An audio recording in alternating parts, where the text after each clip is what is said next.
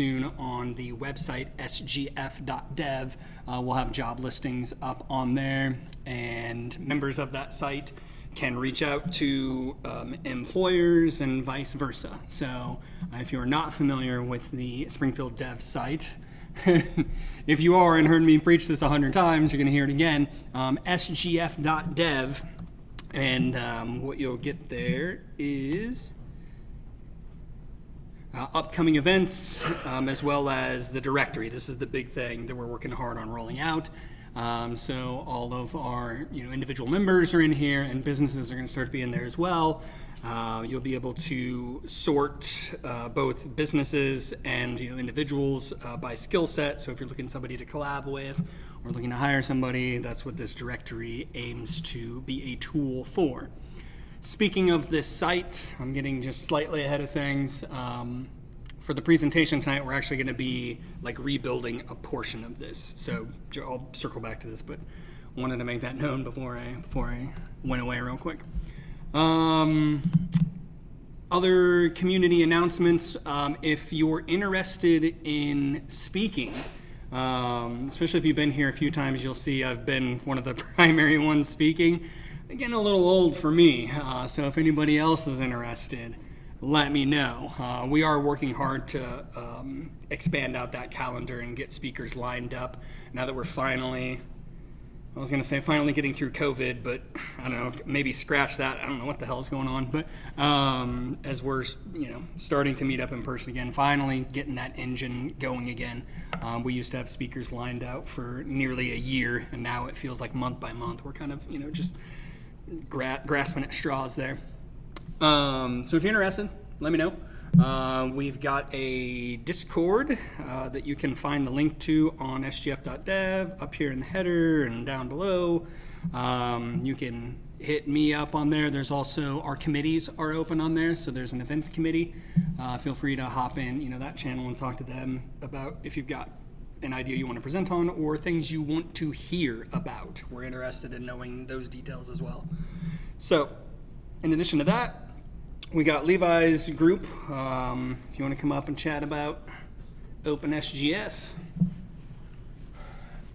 All right. So for any of those who don't know, OpenSGF, we're a meetup here in town. We meet up every Monday here at the E-Factory, and it's kind of a code hack night where we all come together and we work on projects for nonprofits. So right now we have a couple projects in our pipeline. Could certainly love the help on getting some of this stuff done. One thing that I do have here tonight, we just got these in. We got a bunch of stickers with our URL on there and everything. So grab one of these if you're interested. I'll also mention the .NET user group has 3 JetBrains licenses to give away tonight. Got to get rid of them before they expire. We're going to be using JetBrains Rider tonight. Yes. Yeah. So if you really like it, we'll do a giveaway at the end probably. Awesome. Okay. Just don't let me forget. It's giveaway for this room. Or is it people online as well? We'll do it for the room first. For the room, all right. Give them all away. The stickers, is it cool for them? Yeah, absolutely. Yeah. Help yourself. Excellent. All right. Any other community announcements from anyone? Melissa, anything? No? Okay. Cool. Well, I think that's website. Who's not on here? Come on. Let's see some shame hands. You're all on here? Okay, we got one. sgf.dev. Sign up. All right. I guess we'll just go ahead and transition into what we're going to do tonight. So, Umbraco. I'm curious. I always kind of like to see the audience pulse here. Has anybody worked with Umbraco before? A few of you. All right. Anybody work with the brand spanking new version 9? One. All right. Sweet. Content management systems as a whole. Have we all worked with a CMS? Yeah? What CMSs? Start throwing out some. Which ones have you worked in? Done a little WordPress. WordPress? It's one of the biggest ones. Yeah. WordPress. A little bit of craft. All right. Well, I'll try and draw some of the comparisons and differences between these things, because I think that's important to understand, when you choose what kind of, platform you want to be working with. And I'll kind of assume the rest of you are either just kind of here for the, hangout and camaraderie, and hopefully I can inspire some interest in Umbraco. If you read the description on the meetup, you will have seen that I made no qualms about it. Umbraco is easily my favorite content management system. And I'll kind of explain why, and I'll also point out the things that, maybe I don't like so much about it as well. But the biggest reason I wanted to present it here tonight is because the newest version is now cross-platform. So historically, you could only run it on a Windows machine, and now you can run it everywhere, and that's kind of the big deal. And I'll touch a bit on that in some of the history when we go through this. So I'll kind of jump in first with some slides.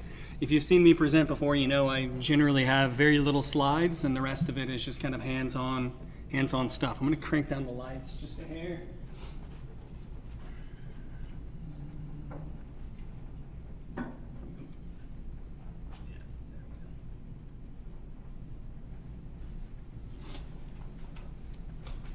Okay. Title, subheadline. We all know that. Okay.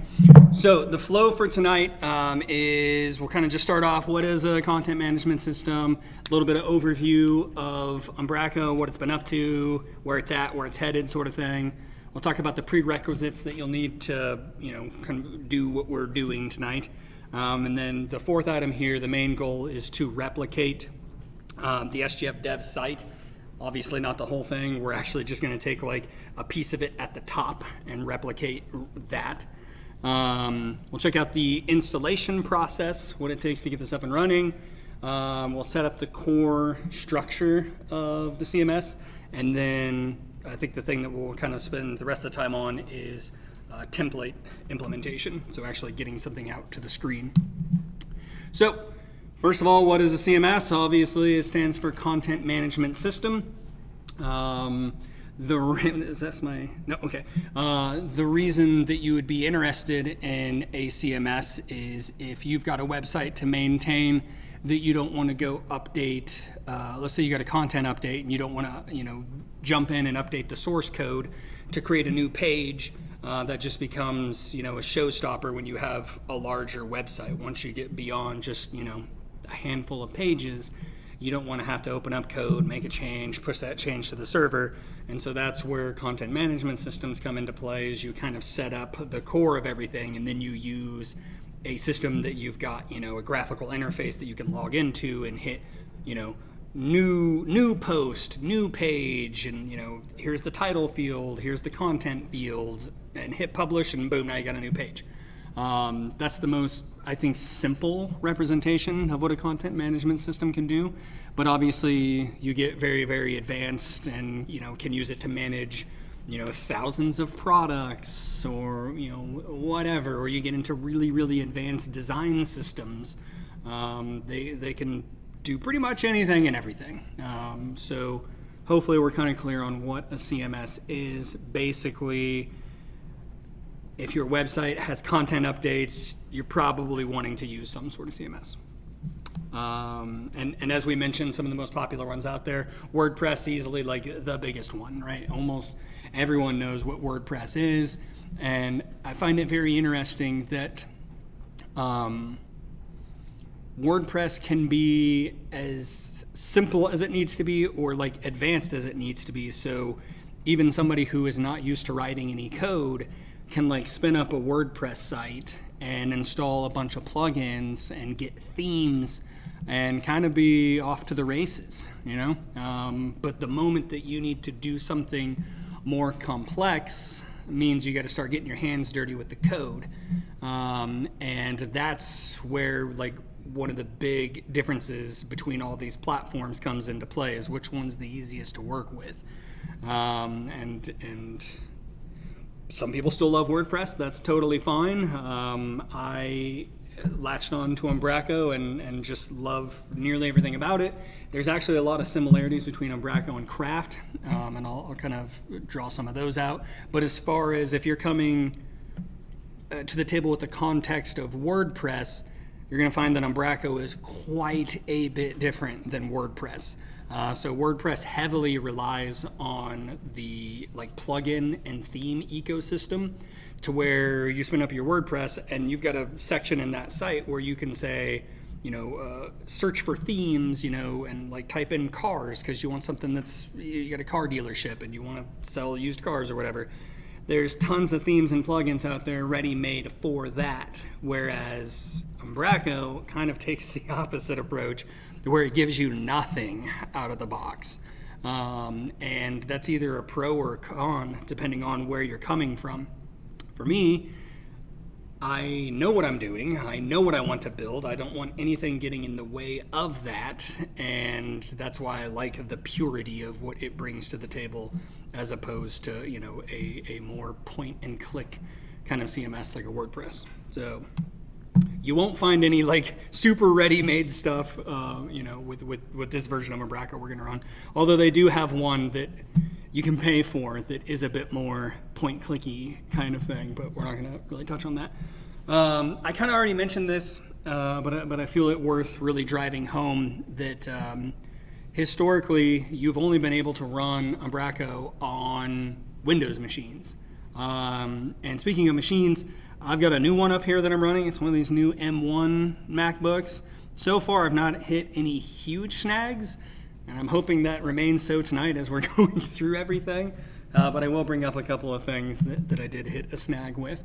The new version coming out, version 9, it's in release candidate mode right now and seems to be like officially releasing within the next month or two.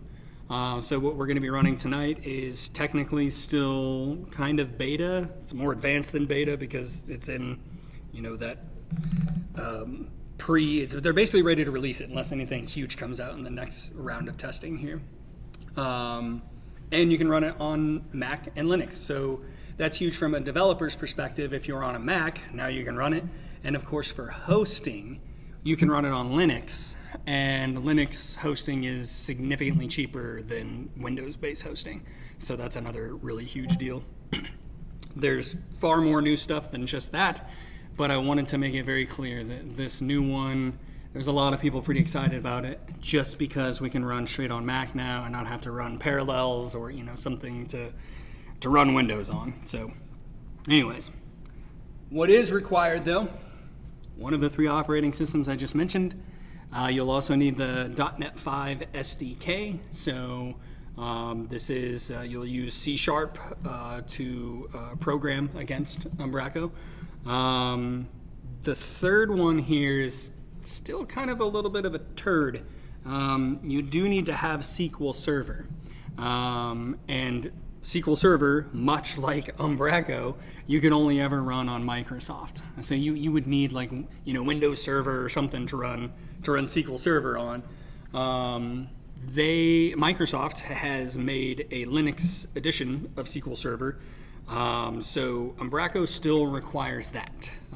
It's unknown when or if they will support another database technology like MySQL or Postgres.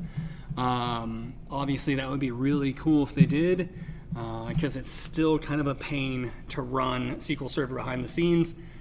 We are going to run it in Docker.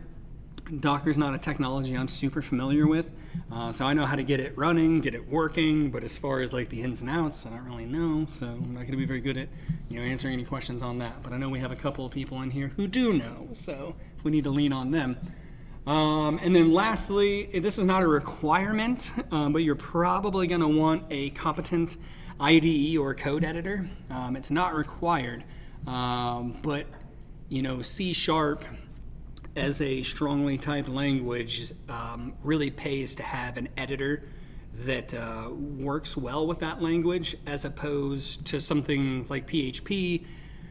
It's not as important that you have like a full-throated editor, because you can much more easily open up Notepad or something and get along easier in that language than you can in something like C# where you're really used to the editor helping you out.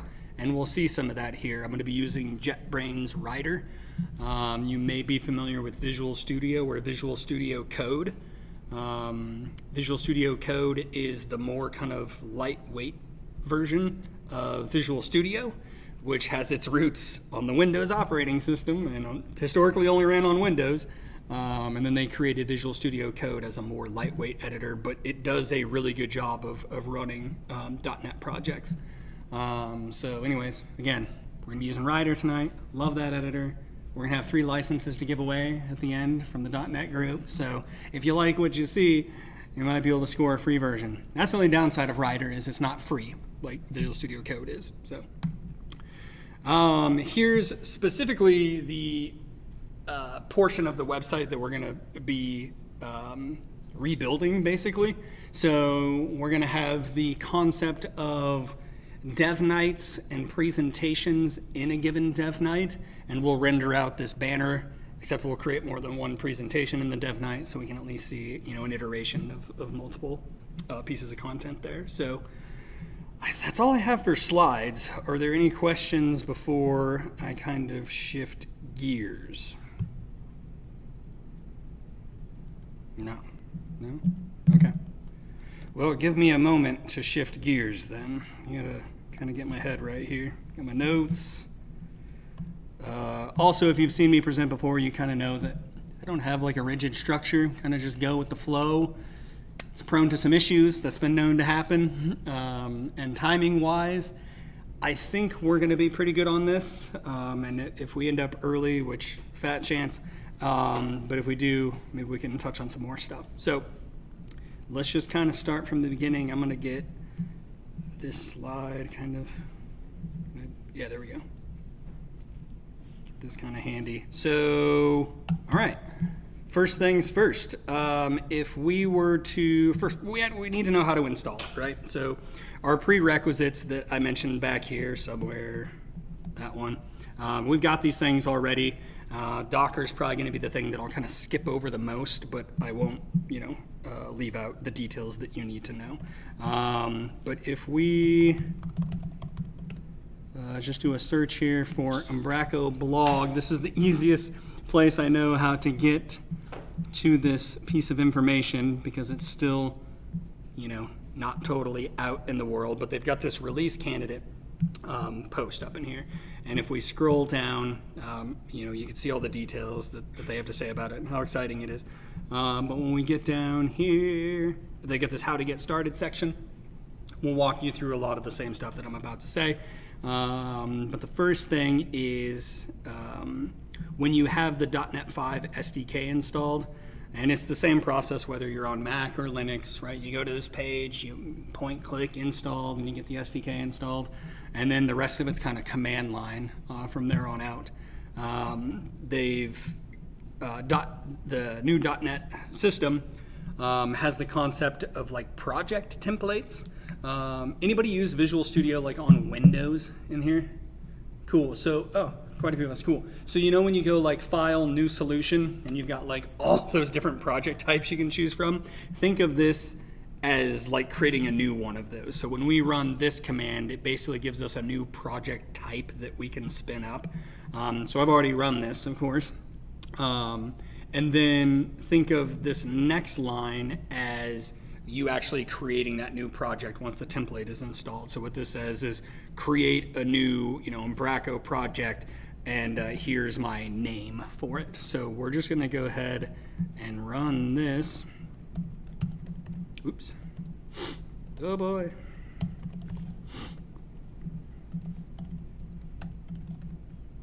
Ooh. See if I can enlarge here. Whoa boy. All right. Yeah, should be able to see decent enough. So .NET new Umbraco, and then this name flag, we're just going to call it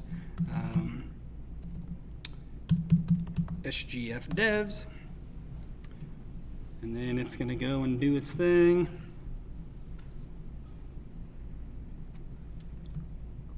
So if I look at my files now, I've got SGF devs and devs demo. It's one I did earlier today. We're just going to change into SGF devs. And from here, we can run .NET build. And this will run a build on this project. Basically just compiling everything, making sure everything's good to go. If it needs to fetch any dependencies or anything, it'll go out and grab those things at that point. So build succeeded, so that means we're good to run it. So now I can run .NET run. And this will do a build behind the scenes, and then it will start the site up. Cool, so it gives us an HTTPS and an HTTP version. We'll go ahead and run that.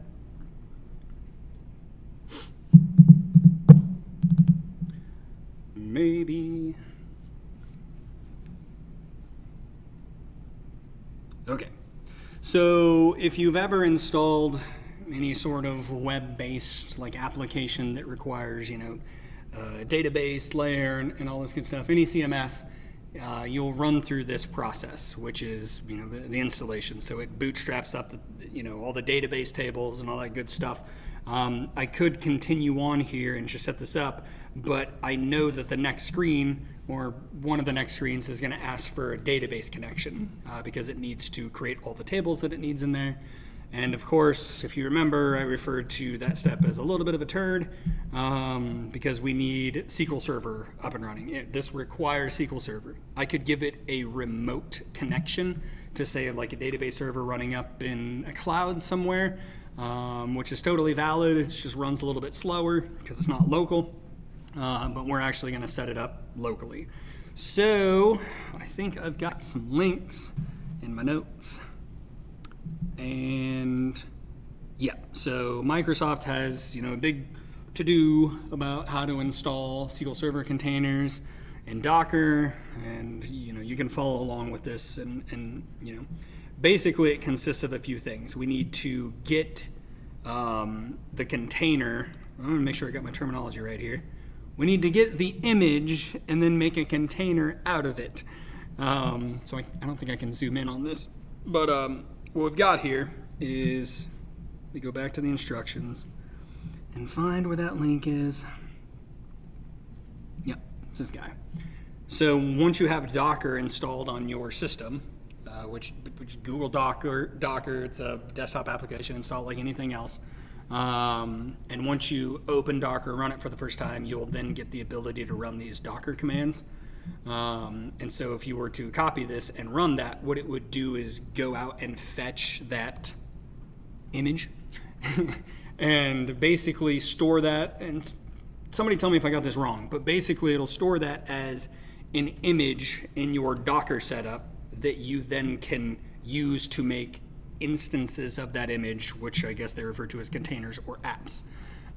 So once you have the image, and then you can make as many containers running that image as you want. So think of that as kind of like the image is the blueprint of what it is, the container of an instance of it actually running. So I've got one already up and running here, and I will note if you happen to be running an M1 Mac, I'll tell you right now that this Microsoft SQL Server image doesn't work. It doesn't like the architecture, so it's not meant to run on an ARM processor.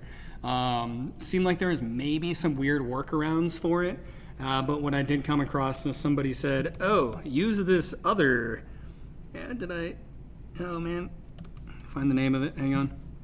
It was the Azure SQL Edge server provided by Microsoft. So like, I'm not totally sure what the difference between these two things are. Presumably the Azure SQL Edge is some replication of what like Azure is running in their cloud, and I guess the Edge version is something that you can run locally to, I don't know, coincide with it, sync data up, or at the very least make sure you're able to run the same stuff on it as you could in the cloud. I don't know, but all I do know is that it did work and there was really no difference. So once I then created a container from that, which if we scroll down in these directions, they give you a number of different ways to run this. And it's a really long command, but basically what it's saying here is run a new instance of that image and then accept, this first one in here is accept the EULA, the end user license agreement. So yes, I'm accepting that. And then the next thing is the SA password, so the system admin password. And then of course you put your password in there that you're going to use. The next thing is the port mapping. So this 1433 is the port that it's running on. And then this last one in here is the image to use. So obviously this one is outdated. And the example that they gave is saying, SQL Server 2017. So the only difference really in this is I changed this to mcr.microsoft.com/Azure SQL Edge instead of MS SQL. That was really the only difference there. So anyways, like I said, that's kind of the biggest pain in the butt. And once you get over this hurdle, you have it forever and don't really have to worry about it. It's just kind of there and running. So that's cool. Okay, so now that we've kind of talked about database, let's open up Azure Data Studio. I don't know if I can enlarge this any. Oh, yep, apparently so. So this is just a nice little GUI for accessing your database. So here I'm already connected to that database. And I'm trying to remember my password that I used on this. I can't remember if I stored it anywhere. Oh, wait. Oh, there it is. Okay. Close. Capital P at word with a 0 1. Okay. We'll keep this around. I knew I kept that there for a reason. So one thing that baffles me about this old database, GUI tool is you can come in here and see if you use like SQL Server Management Studio. It's very similar. You can see your tables and see the data in it. And for whatever reason, there's no like right-click new database. It's just crazy to me. So we run a new query. Maybe there we go. Just create database, and we're just going to call this SGF devs, and we'll run that. Cool. And so over here, if I refresh this now, we should see SGF devs.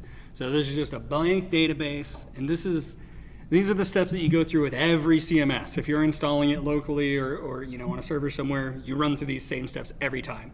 You get the files on your server, you spin it up, and it's like, okay, I need the database credentials in order to move forward. So we can now run back over here, put in details, and the information that you put on this screen is the user that it creates for your initial admin user. So I'm going to do we'll use the same password here, I guess. Oh no, because it needs more characters. So we're going to do password 123. Yeah. All right. Next. And here's the screen inevitably that asks you, for your database. So in here it asks for you get the options of Microsoft SQL Server or Microsoft SQL Azure. Again, that's kind of that remote database that you can run. So we're going to do SQL Server here. Localhost. Our database name, I think, was casing right there. Oh, just devs. I should call it devs. Is that right? Yep. Okay, cool. And then login is SA, and then we'll grab this password here that I ran in the Docker command. Paste. Make sure we got it right. Yep. And we'll hit continue here. Cool. Obviously, if anything was wrong there, if it couldn't reach the database, if the credentials were wrong, any of that, it would have barked right there. But since it didn't bark, it's running. They give you these fun facts.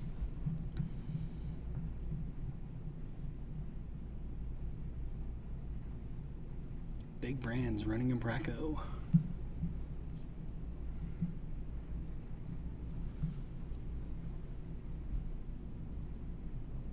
Cool. So now it is installed. You get these tooltips. We're not going to show those again. All right, so this is what it looks like to have a fresh install of Umbraco. And if we were to go to the just main URL, let's see what we get. We either get nothing or we get an error. Okay, we get a welcome to your installation. Go to the back end and do stuff. Cool, that's nice of them. Okay, so now we got to start setting things up, and we could spend days talking about all of the options in here, things you can create. One of the things that I like about like the ethos, if you will, of Umbraco is it's really open to how creative you can be for setting things up. And so that's a double-edged sword, right? Because there are other content management systems that like really provide like the thinking for you. And so when you hop in, like, I'm not going to use WordPress as an example because that's insane, the number of different things that happen in there. But there are other systems where it's very clear you hop into one, you know exactly how it's going to work. Umbraco, though, it's really up to the developer to decide how they want to structure content in here. And it can be as simple as, you know, like we're going to do tonight, where it's just, you know, you got a dev night and a presentation and just some very simple fields. But when you get into really, really, really advanced sites, you can start using, you know, the data hierarchy in here to do things like creating content modules. So when you go to a page, you can construct a page purely out of just like, you know, I want a hero banner here, and I want a product listing here, and I want an event listing here, and every page can be unique in that sense. Or you can create just a really standard data hierarchy like we're going to tonight, and basically infer, you know, what that page is going to do based on the data that's available. All sorts of different directions you can take. So like I said, ours is going to be pretty simple. If we go back up and look at sgf.dev, this is a bad example because there's only one presenter tonight. But again, we've got the concept of a dev night, which basically has a date, maybe a location, and then presentations, you know, as a child under that. And so each presentation then has a presenter image, a title, and a description, right? So that's kind of the hierarchy that we're going to create here. And there's going to be a couple of oddities along the way, because I'll kind of explain some of these. So any questions so far before I start digging into data setup?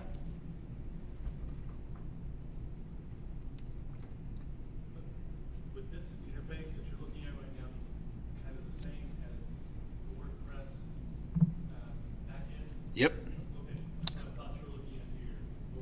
Yeah, exactly. So to repeat the question for anybody watching online, question was, this interface that we're looking at right here, is this similar to the WordPress admin? And the answer is absolutely yes. So on a WordPress site, if you go to, you know, site.com/wp-admin, you get to that admin area where you author all of your content. Same thing here. Umbraco refers to it as the back office. Same thing, admin area, whatever you want to call it. This is where you author content. This is where you add users, everything. This is your interface for that. Great question. I didn't stop to think about that one. Anything else? All right. So across the top here, we've got a number of areas. Settings is where you're going to spend a bulk of your time, especially up front. This is where you start crafting your hierarchy of your content. So if you're used to like creating a site that is not content management system driven, but maybe like you've created your own thing, and like I know popular for a long time now is like a code first type modeling, where you set up your models just as really simple classes, and then, you know, if you're .NET specific, you're using something like Entity Framework that basically reads those classes and gives you like really easy access to creating like a data layer with those. Whereas what we're going to do here is do everything via a UI, which is good and bad. It's good that, like, you know, if you don't want to worry about architecting all the code to make that happen, well, you just kind of point and click here and it just works. And what we're going to do here is very much akin to databasing. So like we're going to see here these document types at the top left here. You can kind of think of a document type like a database table, and then, you know, you add properties to a document type, and you can think of those like, you know, fields in a table, if you will. So like I said, there's going to be a couple of weird things here, and this is the way I do things. It's not the way you necessarily see it in like every Umbraco site. So just take that for what it's worth. So we're going to create a document type here. And we get these options when you come to create a document type. I'm trying to zoom in. And you get options of, does this document type have a template? Meaning, is this thing going to render something out to the screen, right? Or is it more of just like a data repository? You can create things that don't necessarily show something back to the page. It's just a data setup so you can use that data in other areas. So not the world's best example, but let's just say we had products in here, right? And we wanted to use these products in all sorts of different scenarios. Like we wanted featured products, on the home page. We might create these products that don't have pages that render themselves, but they get used elsewhere. So then on the home page, we can create a document type that's like, or we can create a document type called featured products, where you then go and select the products you want to show, in that module. So I know it's a little weird to wrap your head around, but pretty much everything we're going to do here is document type with template. It's the most standard thing, and what you get out of it is a number of things happen behind the scenes, and it creates a file for you to put your HTML in. So before I do that, actually, let's go ahead and open this in our editor. So I'm gonna go.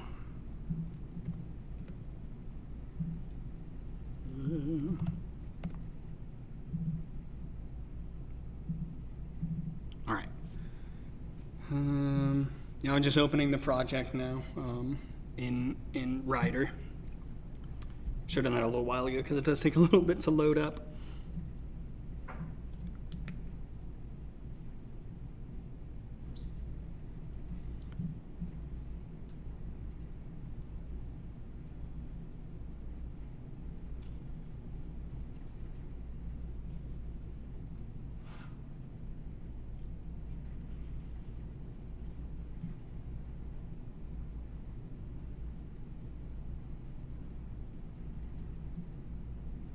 Where I swear there was a presentation mode. It's in the U menu somewhere. Yeah.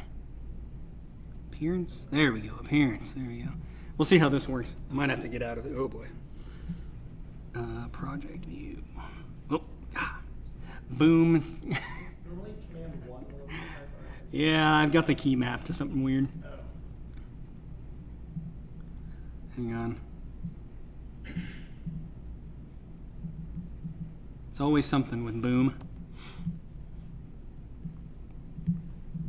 Okay, so here's my project structure. Pretty empty. There's not much going on here. Where we're going to be spending most of our time here is under the views folder. And so by default, there's just not much in here. In fact, I'm surprised it even has some of these. We won't focus on those. But let's create now a document type, and we're going to call this document type home. And every document type that you create, you get to choose a little icon for it. Sometimes you can waste time trying to find the right one. We're going to call this home, and for the heck of it, I'm just going to add here. So here's the document type home, and under this, you get to add fields, and you can group your fields in logical grouping. So oftentimes I've only got like one group, so I just call it content. You can call it whatever you want, but we're going to add a property here, and this is just going to be a test thing. I just want to throw it on there just so you can see how to get data out of this. So we're gonna call this just message, message of the day, and then you select an editor that this property gets. So when you select editor, you've got a number of things to choose from here. Is it a date, time? Is it a number? Is it an email address field? Is it a checkbox, a text area, tags, media upload? You get all these things, right? We're just gonna do, we'll do a text area.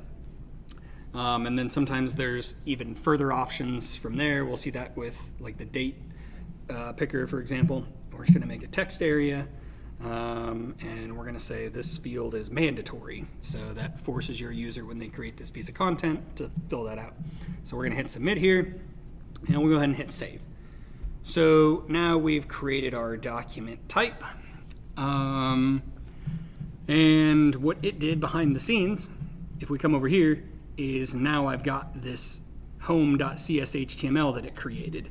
You'll notice we've got some squigglies here, and I meant to try and rehearse this before presenting tonight. We'll see if this works. Out of the box, Umbraco, the way to get at the content of the page, I don't like it. So I always tweak one of the options that generates these class files for you, and you'll see what the difference is here if this all works properly. So first of all, I'm just going to come in here and put a test H1.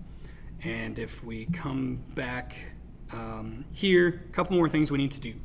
We created this document type, and when we went to go create a new document type, we had those options, and one of them was document type with template. So actually, if we look up here in the top right, there's this templates option, and it's got home in there. It created that behind the scenes. You can actually have as many different templates per document type as you want. Generally speaking, you're probably only going to have one, but let's say on our home page, we wanted to create a totally different look and feel for it. Maybe it's like Christmas, and we want like a special, template just for it. You could create a new template behind the scenes and come in here and tell it, hey, home Christmas 2021 is another template. And then when you create that piece of content, you can toggle which template you wanted to use. And this will all kind of hopefully gel together here in a second. We've got the document type created, but now we need to actually create content. So if we come back up here to content, we've got nothing besides a recycle bin. And what I'm going to do is say create. And notice here that it's not really giving me any options. It says there's no allowed document types available to be created. This is, again, a double-edged sword of Umbraco. I love it because what this allows you to do is, as a developer, you can restrict where pieces of content can be created. So that gives you the ability to lock down, like, hey, they can't just create, some random page under the news section that doesn't belong. It gives you the ability to control this. That also means it comes with the responsibility of needing to manage that. So if we come back here to settings and we go to this home document type that we created and go to permissions, there's an option here that says allow as root. And that is kind of specific because your root node that gets created, I should say the nodes, the content nodes that end up getting created, get URLs attached to them. So as you create a new node, it gets a URL by way of the name that you give the node. And so something at the root, its URL is just /, like it doesn't have any other, preceding URL structure after that. So we're just going to hit save here now that that's been allowed to be created at the content root. And so now when I come to create, I see that I can create a home piece of content here. So I'm just going to call this home. And if I go and hit save publish, this is yelling at me here because it's required, right? So just put some content in there, save and publish. And when we do this now, if we come to the info tab, we can see the URL that got generated for it. And of course, because it's root, which is going to be /, right? So if I open this in a new tab, hopefully, yep. So test came from my template over here, right? So if I change that, refresh, I hard coded that value in that template. If we come back here, we can see that the template it was given was home, and this is all inferred from that document type setting. If I were to add a new template that it could use in this dropdown, I would see the other options that I could change it to. And so that template then maps to this file, home.cshtml. And now this is the thing that I didn't test out. Hopefully it works. I think I can do, we won't make it an H1. We'll just say model dot, is it get property model value? Ah, man, I don't even know what it is. I'm going to show you a way to cheat because I should have rehearsed it. If I come back into settings over here and come to this, I can see the templates in the system. And so I can view the same thing that I'm viewing in my editor. I can view it in here as well. And you may be familiar with this if you're familiar with WordPress. If you go to like appearance and themes, you can actually see some of your theme files in there. but I think here I can actually tell this thing to insert values. So if I come to value here, I choose field. Yeah, there's my message of the day. Value, model.value. That's what I was looking for. So actually, I'm just copy and paste this and come back over here. Do I get a... So, hang on. Yeah, so you don't even get that nice IntelliSense there. So model.value, message of the day. Want to insert that here. So if I refresh, I should get that. Yeah, I can get that content there. So that's what I input on there. And just to prove it, come back out to close, content, discard, back to the home page, add even more, save, publish, refresh. Okay, cool. So now we're getting that value in here. So the reason I went through the painstaking process of showing you this is because this starts to lose like the niceties of C#. Is I couldn't just say like model dot message of the day. I needed to know that like message of the day was a property on there, and then I had to put it in this quote in order to get that right. But if you've used strongly typed language, some of the benefits are just being able to have the editor tell you what are your options you could possibly put here, right? So that's what I want to show you next, and it will also get rid of this squiggly here. So, long time ago, this was the only way to get data, out of Umbraco was this kind of dynamic approach. And somebody went and created a model generator, and it was just a community package. Umbraco does have extensions that you can install, similar to WordPress. And the Umbraco folks liked it so much that they eventually inherited it and made it part of the core. And so it's called Model Builder. And what it does is it rips through all of your document types and basically stubs out all of these classes that lets you then work with those values in your templates nice and easily. It's one of my favorite parts. Because, as a developer, you don't have to know a whole heck of a lot about the project. You can hop in a template and see, it's using this home content model. What are the properties in there? So you type model, dot, and then you get all the values that it has. So I want to show you that now. We're going to leave that there, and we're going to come into the configuration here. So this app settings.json, and this is also really cool. The CMS node in here. If I come down after this and hit control space, I start to see all these options that I can put in the config. And so I think it's just models builder. Cool. Hit enter, starts to create the structure for me, and what are the options? Well, control space, and here's the options.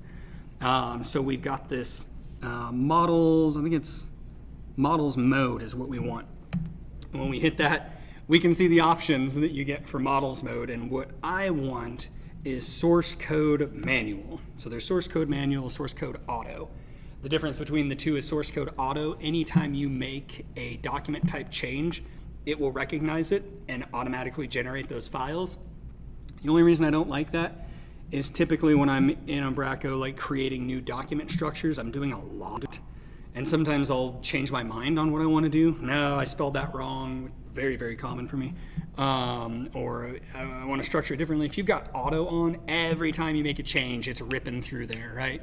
And so I just like to explicitly go in and say, generate my models. I'm done creating things. Do your thing. So I'm going to save that and then stop. I think this is just part of the process. It needs to rebuild after you do this, so we have to kind of rebuild here a couple of times. So I've made that change now. It's a big enough change that it needs to do a rebuild here.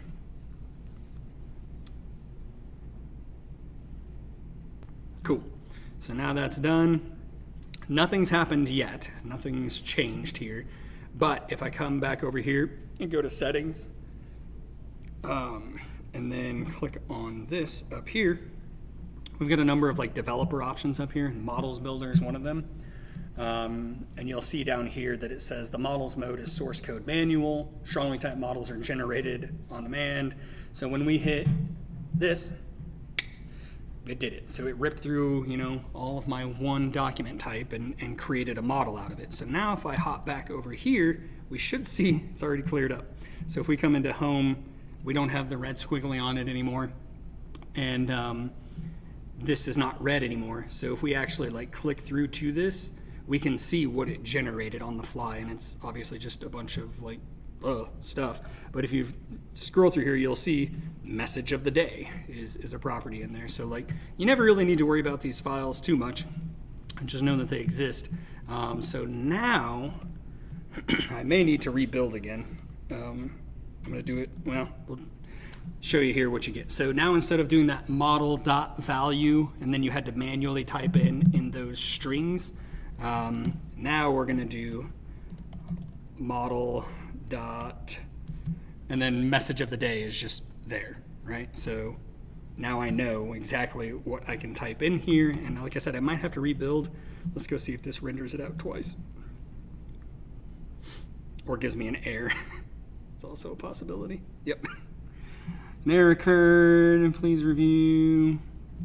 Yeah, references may be missing. Yeah, so just kind of a pain.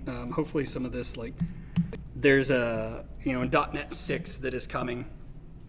There's a watcher, a live reload kind of thing. So it recognizes, how to automatically rebuild. But for now, we just kind of have to do some of this, and hopefully this will do what I needed. Now that model is generated, refresh.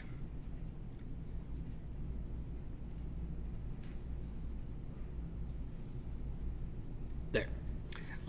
So it's rendering it twice. So you've got multiple ways. You can still access it this way, but what you don't get is that nice, hinting about what to type in. So when you type model.value,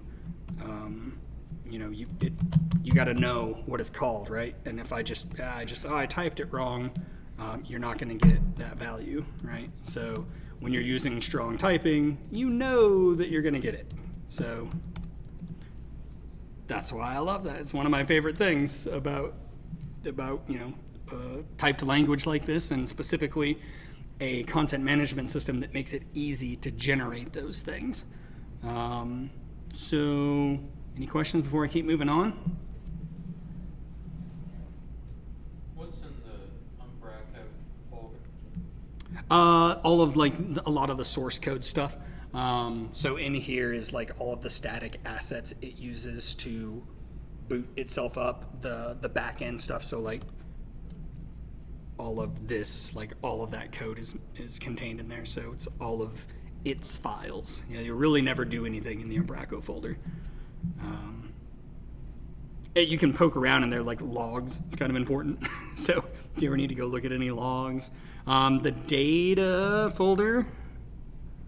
No, one of these folders, models. There we go. So this models folder is where those generated models end up going. But otherwise, you're never poking around in there. That's a great question though. And then in www.root, here's the Umbraco, the static assets that it uses, the JavaScript files it uses, the libraries, etc. But otherwise, this is where you would put your files as well. So RCSS files, images, all that kind of stuff. In fact, we'll see that here in just a moment. Great question. Any more? Is anyone totally lost? Shit. All right. Sorry. I didn't want that to be the case. All right. So next thing here is we want to start creating this DevNight structure, right? So I'm just going to create this is another one of those kind of weird things where you could go about this several different ways, but this is how I kind of always go about it, is I'm first going to create a document type called DevNights, kind of a collection of DevNights, right? And we'll just pick a little icon here, calendar, cool. Content-wise, I don't need anything in here, it's just kind of a collection. So I'm just gonna hit save there. Cool, we got DevNights. Now I wanna create a night. And in here, I do want to create some content. So in here, I'm going to create, let's just say, date, right? When is this dev night? So the editor that it's going to get here is date time. And then you've got some options there. Is it just a date picker, or is it date picker with time? And time seems relevant to an event, so we're going to pick that one. And we'll go ahead and make that field mandatory because it's relevant information. And we'll also give it, so we don't really need to give it a, let's give it a location, right? So where's this at? Location, we'll just treat this as just a text string, so we're going to give it a text box. Save. By default, every document type will have a name field, so you don't have to create that. Inherently, every document type gets that. So we're just going to hit save here. Oh, we need to give it a nifty icon. Can't forget that. Save. And we also need to create a document type for presenter, okay? Or a presentation, rather. Is there a presentation? There we go. So same thing. So a presentation needs to have a title, right? It's going to get that by the name that I said everyone gets.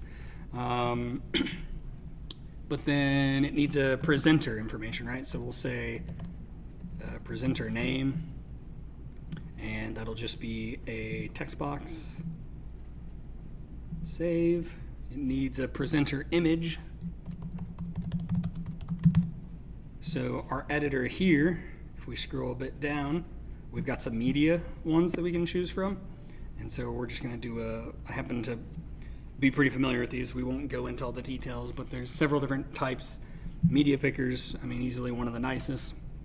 And then you've got several different kinds. So an image media picker is going to allow the user to only select an image, as opposed to like a media picker, which will allow a PDF, a movie, or a music file, or whatever.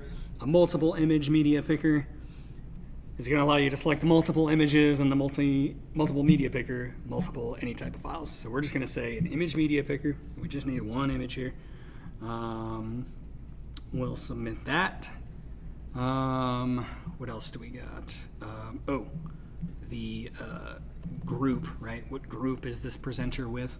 Springfield devs? Is it the .NET users group? Is it the AWS group, right? What group are they in? And we'll just make this a simple, text box for now. Unlike the real site, we've got a, stuff set in place to where we've got a group picker. So we've got a, data repository of groups, and then you can go pick those. So you can get really advanced. Right now, these are just text strings, real simple. Say that?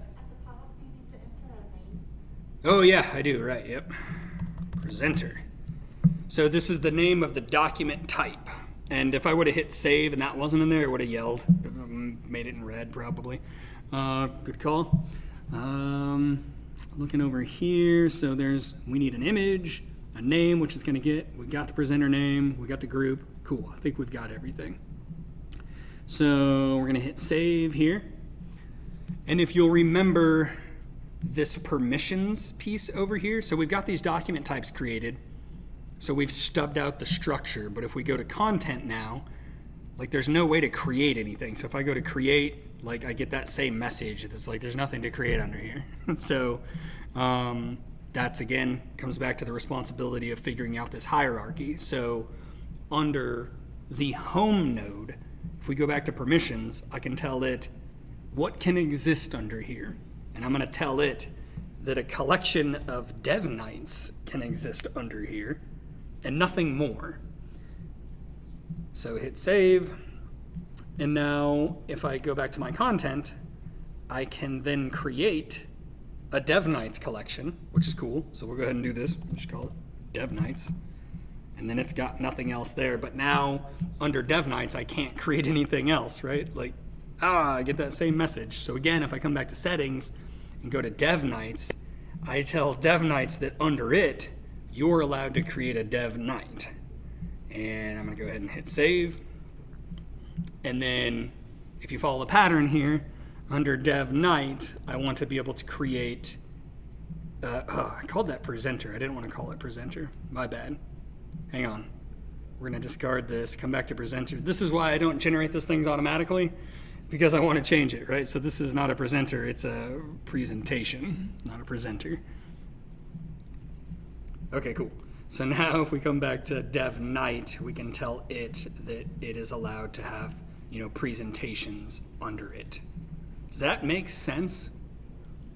Cool. So the big thing about this, the reason why this is in place is, just imagine you as the developer have created, a website for some big conglomeration, and you've got like 100 content editors that are, all these marketing people, whatever, they're managing the website. Just imagine if they're allowed to create all these different types of content in all these rogue places, right? Oh, they're on the home page and they're going to create a presentation under that. No, that's meant to be coupled with a dev night, right? So it allows you to, give that structure. So now if we come back to our dev nights, I can create a dev night, and we will call this one August 2021. Oh wait, August 4th, 2021. And so that's the name that I gave it. I'm also going to kind of duplicate this content down here because I'm going to pick the date and then give it a time. So my 24-hour time, yeah, I think that's about right, 6 o'clock, whatever. Boom, the location is going to be eFactory. I'm going to save and publish. Cool. And now under here, I can create presentations. So under the presentation, we're going to call this getting started with Umbraco 9. Presenter name, Myke Bates, presenter image. Cool, now we've got this other field here, right? I'm gonna hit add, this brings up this nice media picker thing. You can create folders here, so I'm gonna create a folder for media just to keep it nice and tight here. Presentations. And now I'm in this presentations folder, and now I can upload. And so,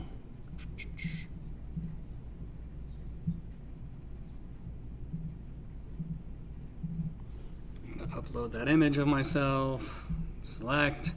Group is going to be Springfield Devs, save, publish. Cool. Well, let's pretend we had another one going on tonight, right? So add another presentation. We'll call it CSS 101, presenter name, Levi Zitting. We'll add his image, upload. I got it somewhere here. Where you at? There he is. Uploaded, select, group. It's going to be the .NET user group. Save, publish. So you can kind of see how you can rapidly start creating content. You spend that time up front getting your architecture down, and now you've got this really tight data structure that people can't really screw up because they can't just create rogue stuff anywhere, right? So now we've got this content, but now we need to figure out how to actually leverage it, right? So first things first, let's go over to settings and generate those models. We're going to generate those, and because this is stupid, we're going to stop that, run it again, rebuild, and hopefully it created all those. We can actually come and look, probably Umbraco, models, presenter. I renamed it, but I forgot one thing. Man. So, sorry. Under presentation here, I forgot this. When you create something and save it, it actually creates this system value that it uses. And then the name, I can change this to whatever, and that system name isn't going to change. I want to change it, so I'm going to hit this unlock button and call this presentation, and we'll see what, if anything, this breaks, right? So we're going to save this and come back to our models builder, generate. Let's see what it did over here. Okay, renamed it presentation, but we probably need to like rebuild again.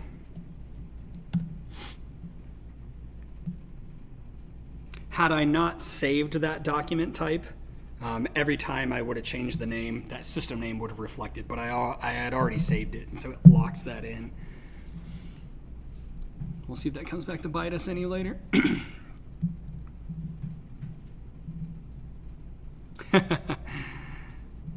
That's mad down there. So this file was generated when I created that document type. So notice that it's called presenter. Yeah, these are some of the turds when a system generates things for you. So I'll rename this, and I'll probably have to touch it in a couple of different areas. So I'm just gonna rename to presentation, and then up here change this to presentation. The one area that I think I'll probably have to change this is in the document type. If I come to the templates, it's looking for presenter, and I know that's wrong. I'm just going to delete it and come on, give me a break. Presentation, and this should automatically, like, I hope, pick up the, no, unreal. Now it's generating all these things for me. This is a pain. All right, I'm gonna delete this. Yeah, the magic sometimes gets in the way. Okay, presentation.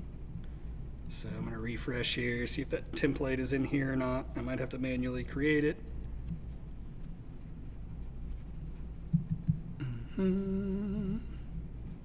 Yep, all right. So I believe if I name it the same, it should just pick up the fact that it exists on the file system.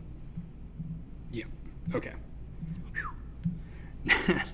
Sorry for that little mess. I don't expect you to follow everything I just said there. But if I come back into templates now, I can select that presentation. We're back on track.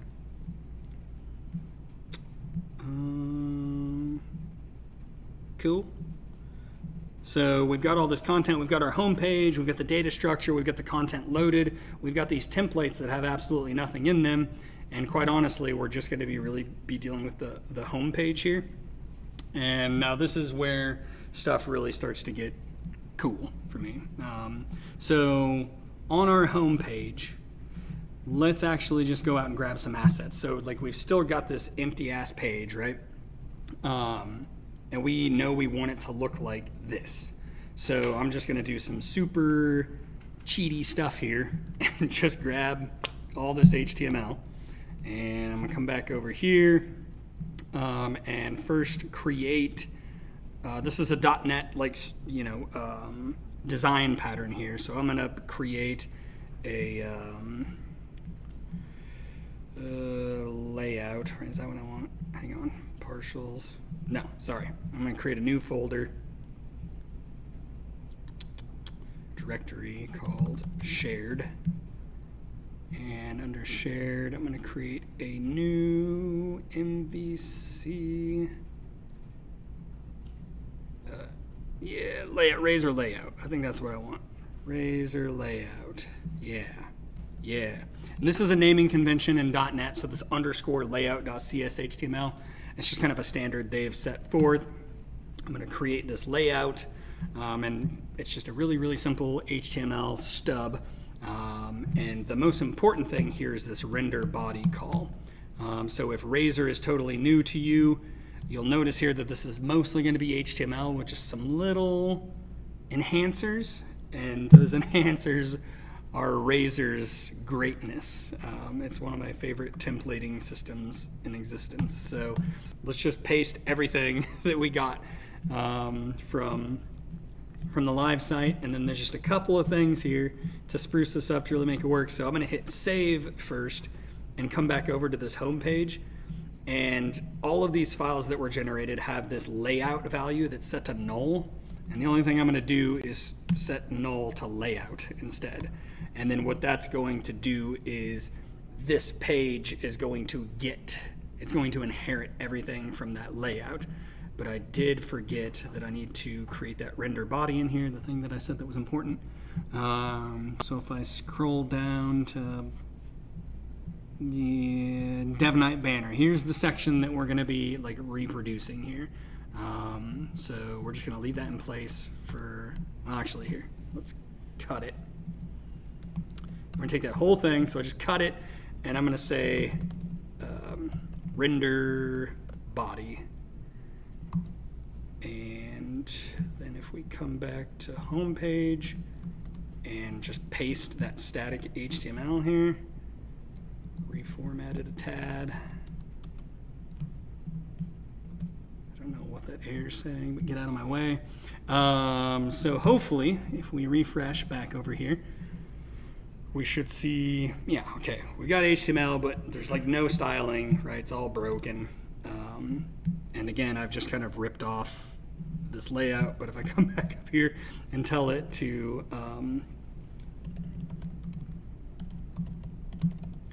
pull it from sgf.dev, we should get closer. Yep, cool. So we've kind of ripped off a bunch of that. Notice all the images are broken and all that good stuff. If we come find anything with /images and just put our cursor on every single one of those and go to sgf.dev.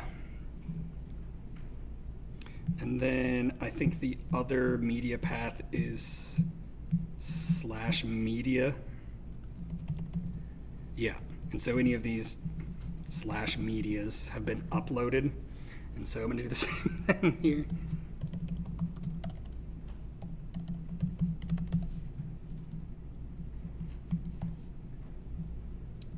And I think this should make nearly everything render properly. Except for that. Must have missed that. Whatever.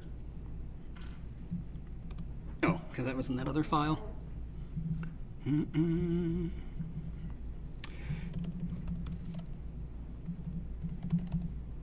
Got that one. Media.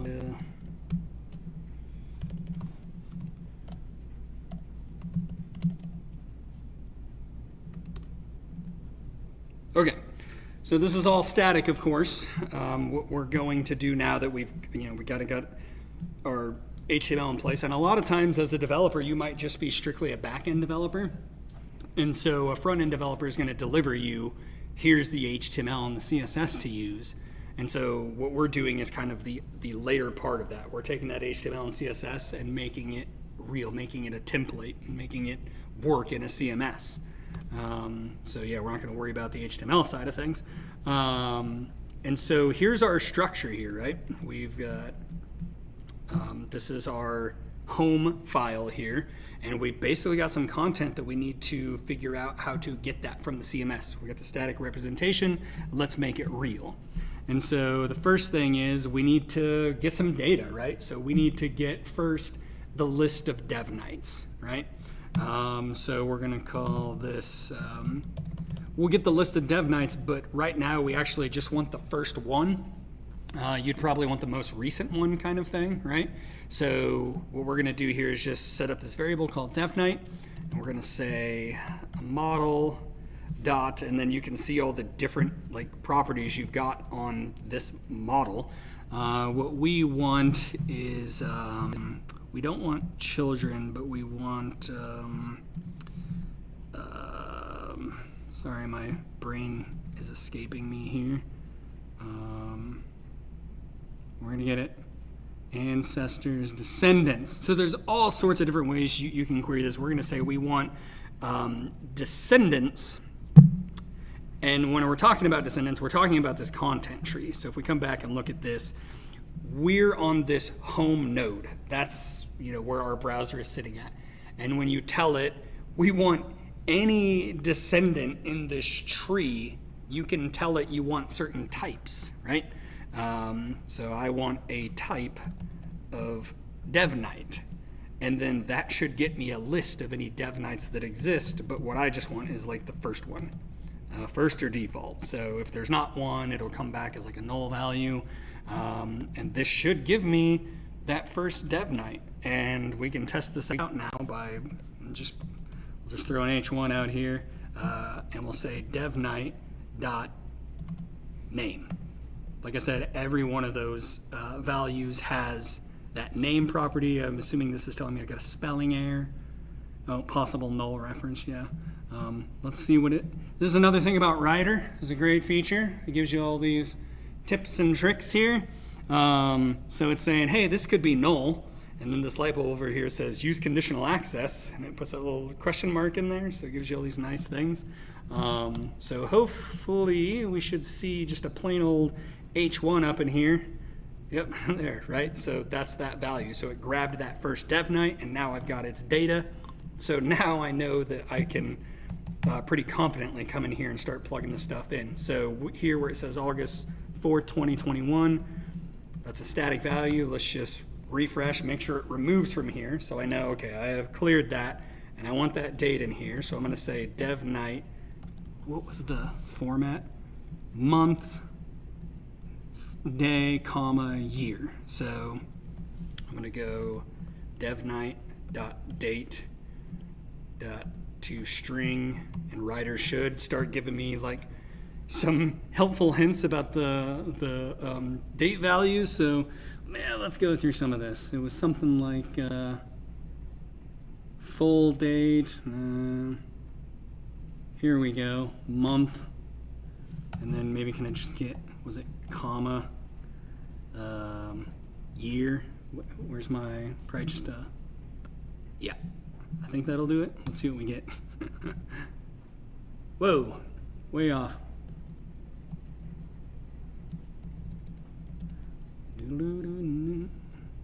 Let's just do a long date. Screw it. Yeah, that'll work, right? Dates. You guys know how fun those are to work with. We're just gonna pretend that's good enough for the sake of moving on. We're gonna keep moving here. So this image is the devnight image, banner image. We're gonna leave that there. But now we get into listing out the presentations, right? Format this just a hair. So here's where we got to loop over all those presentations that are in there. So down here, we're being a little lazy here. We're going to call this presentations. We're going to set that to devnight.descendants of type presentation. So there's all sorts of ways that you can reference like up and down this tree. Descendants is one way, children is another way. So we know, we can get a little lazy about this because we know that on a dev night, the only thing that exists under it is a presentation. So we could get just a little bit tighter and say children that are presentation. And you don't even need to type that like that. You don't need to provide the type of its children. The nice thing about it is when you do specify what it is, now, if you can see this, it knows that it's getting a list of presentations. Whereas if I just said, get the children, it doesn't really know what it is. It basically just says it's an enumerable of this I published content. So when you tell it it's a presentation, you get the niceties of that assumption. So there's our presentations. So now under this unordered list, we need to set up a loop to loop through these presentations. So for each presentation in presentations, and now we got our loop set up. And what I always like to do when I've got the HTML like stubbed out, I just like to do a test in here and like paste that in there. And hopefully, like my thought process is hopefully I get 2 of these things, right? So yeah, we've got 2 of them, cool. I happen to know that this is important, this class name right here, this presentations _1, because we've got certain styles that are set up in the grid to like play off the number of items that are in there. So what I need is an _2. So if I refresh this, now I get that nice grid layout with 2. But of course, I don't want to update that every time. So what I do is say presentations.count and refresh. And I've still got that 2 in there, right? And here's it yelling at me saying, so whatever, this will still work, but we'll come up here and we'll say to list. You don't really need it, but it gets a little nicer. The editor likes it more. So that didn't change anything. It still works. So now I've got these two things in here. Now I just need to come through and start plugging in the values, right? So this, for the heck of it, we're going to leave that blank. We'll put the group blank, save, just make sure that, okay, yep, we've ripped out those values from the template. So now we need to go start plugging them back in. So here's going to be the presentation.name. And down here is going to be presentation.group. And group is, again, one of those values that we created in the document type. Come here and refresh. CSS 101, Umbraco 9, great. So presented by, we know Myke Bates on both of those is obviously wrong. So we're going to say presentation.presenter name right there. And of course these URLs don't exist, so we're just gonna keep them just blank. In the real system, these things relate back to real entities. And now we've got this image here, right? So if we refresh, like, okay, we're getting everything. We got the presented by Levi Zitting. The group is right, but now we need the image. And so we didn't have to create an image uploader. We didn't have to do anything, but we do need to get the value here. So on this image source, we say presentation, and then presenter image was one of those fields we created. And presenter image it's like this image type is its own thing that's got all sorts, but what we want from it is the URL, right? So there's like metadata you can associate, so you get your alt text that you can set in there, but the only thing we want right now is the URL. And on this alt tag, we're just going to set the presenter name, presentation.presenter name. Refresh, and there we go. So you can see there's a bit of setup here, right? Like we had to set up those document types, but then once those are set up, your templating in here is super nice. It's, there's no, it's very simplistic.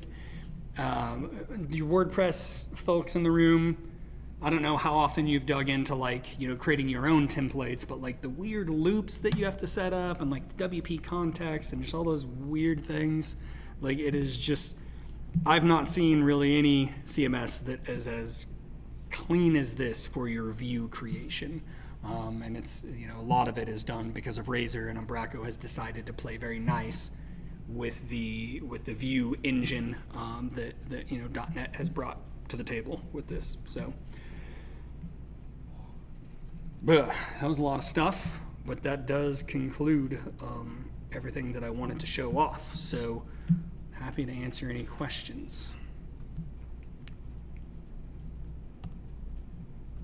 Can we see what you put on the database? Sure. And before I show you this, I'm going to tell you, I'm not familiar with the database hierarchy at all. I've dug through to find some stuff on occasion, but it creates quite a bit of stuff. And there's one table in specific where most of the content is held. So here's our document types. How can select top 1,000 rows? Okay, there's just IDs of those document types. Members. What's that? It's a May-to-May relationship. Right, yep. Maybe it's Umbraco content. Nope, more relations. Somewhere in here, there's a table that Umbraco node. Okay, so here's a bit more, right? So you can see CSS 101, presentations, Levi's, editing. So here's where a lot of that content starts to get stored at in here. And it gets gnarly. You can, I'll show off, here's a website that I've worked on for quite a while. Pretty much so this homepage is a great example. Everything you're seeing here is built by a content composer. So on this homepage in the admin, when you go to the content, there's just this big long thing of modules, and you say add new module, and then it pops up with a list like, what do you want? Well, here's the hero banner. I don't know what that one's got. I can't remember what any of these are called, but each one of these is its own document type. And so for the the content administrator of the site, they just go in and they say, I want to add this module to this page, and here's the data, and then the view rendering, although this is pretty simplistic, it follows this same kind of thing. Like, it just gets those values and pops them into some HTML that I worked on otherwise. And the site's huge. So here's another example. So like the products that are on this site, they're all treated as basically like a content repository. So in the root node of this site, there's product categories where just like these umpteenth number of different categories and all these colors, these styles, all these things are created. And then you can use those in all sorts of other nodes throughout the site. So then there's an actual product section that you go into, say add new product, and you can associate all these product attributes that exist simply as a node in that system. I'd log in and show it to you, but this is streaming. I don't want the whole world seeing it from now until the end of time. And then video library. So this thing is, it's got a lot of content, and it's all very structured. So the moment that they come to me and they say, we want to redo, this section of the site, we want to make it look way different, because this is stored in such a very structured way, you don't really have to worry about like redoing the content, because it's all very sound structure. So we go into the views and basically redo it there. Whereas oftentimes in like a WordPress or something like that, if you want to change how something works, your content is so wrapped up in like a way a plugin wants to treat something, that if you want to then do something different and that plugin doesn't work that way, well, you're kind of screwed, right? You got to find a new plugin and a new way to enter content in relation to that plugin. Whereas Umbraco keeps its data just very pristine, like it's data and not really associated with anything else. You decide how you want to implement that versus, the CMS having opinions about it. Yeah. Trying to check Discord for maybe any questions.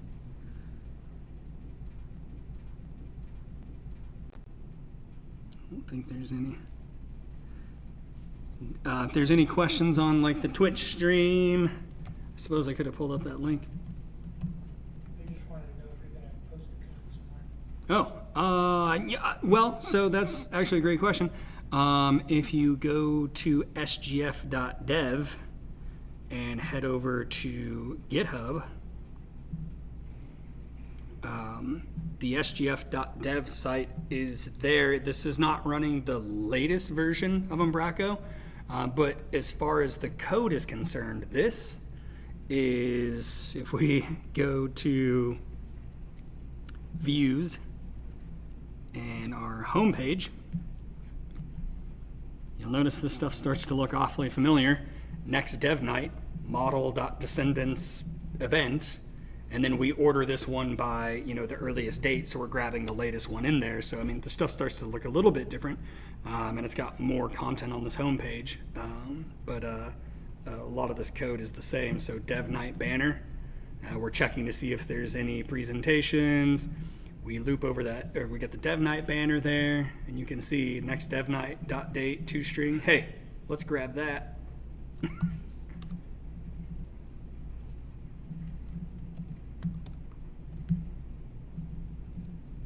There we go. That's the date format we wanted on that. So the code is, I'm happy to post this, but I would say that the stuff out on GitHub is probably a lot more fruitful because it has all the real stuff. Oh, and we're even doing like crops in here. So I said that image, that media type, has got other features on it. Getting the the meta information, whatever. You can even get a crop URL, which you pass it. You say, I want the width 500.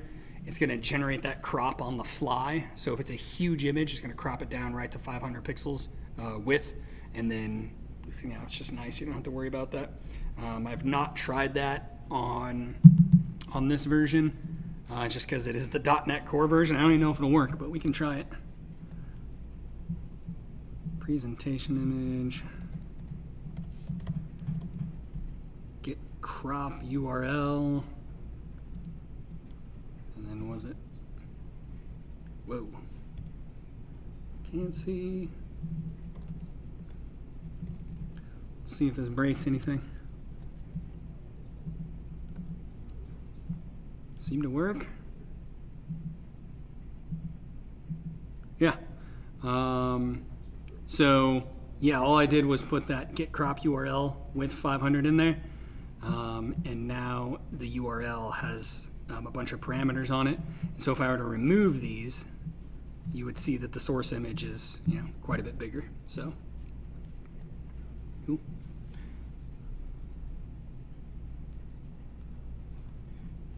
So that's the best way to get the code, I think.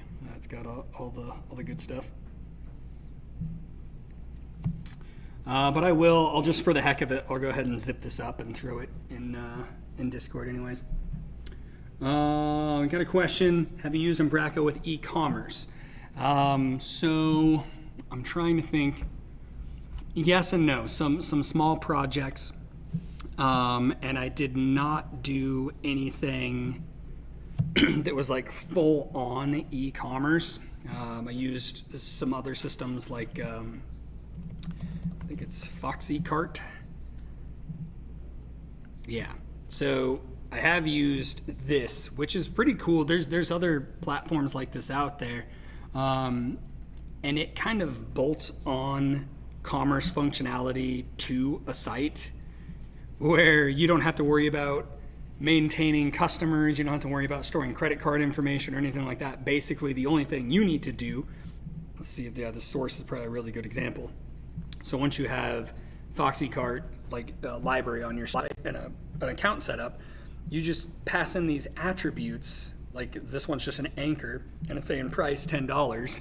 And so when they click on that, see if they demo. Yeah, so add this. So then it just creates this cart thing on here, and you go to proceed to checkout, and it kicks you off, to another thing. So I've done stuff like this, but there are a few really good commerce platforms on Umbraco. And if I just try searching, I forget the name of this one. It's got a really simple name.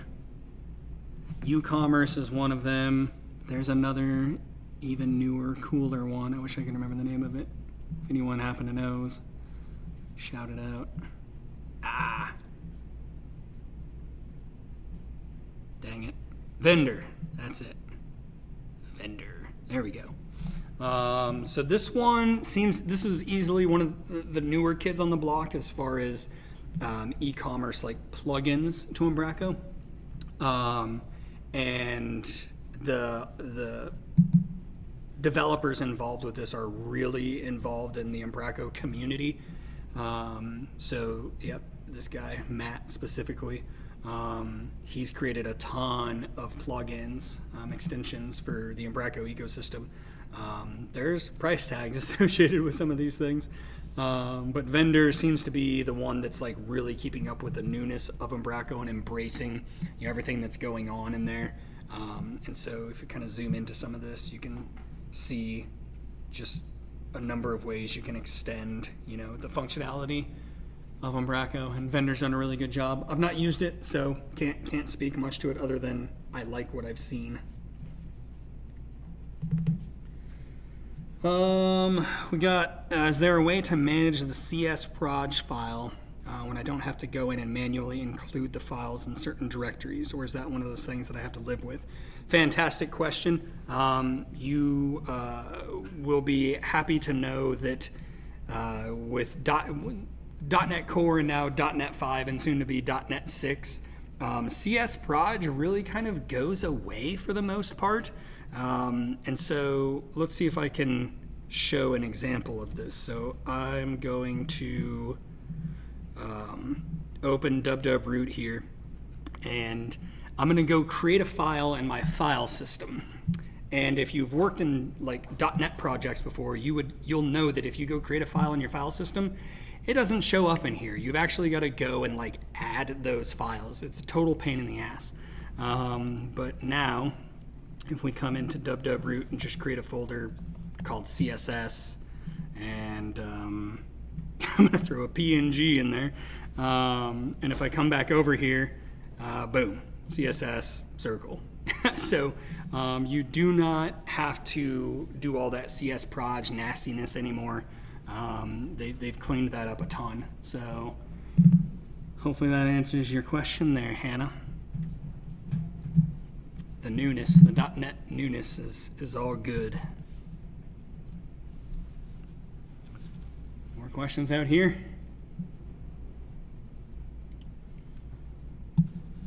So Hannah asked if that was Umbraco 9 specific.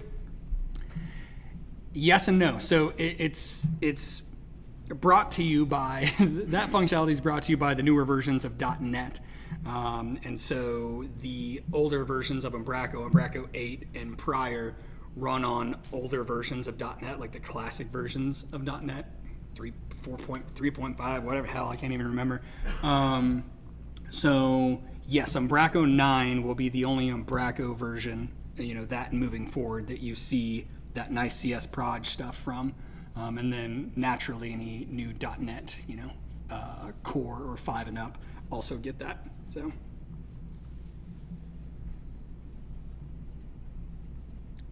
anybody pumped to use Umbraco? Did I win anyone over? Is it feedback? Is it a bit much? I'm curious to know, especially from people who have used other content management systems. I'd be curious to hear what you have to say. Or not. That's cool. All right, well, I'll be up here hanging around a bit.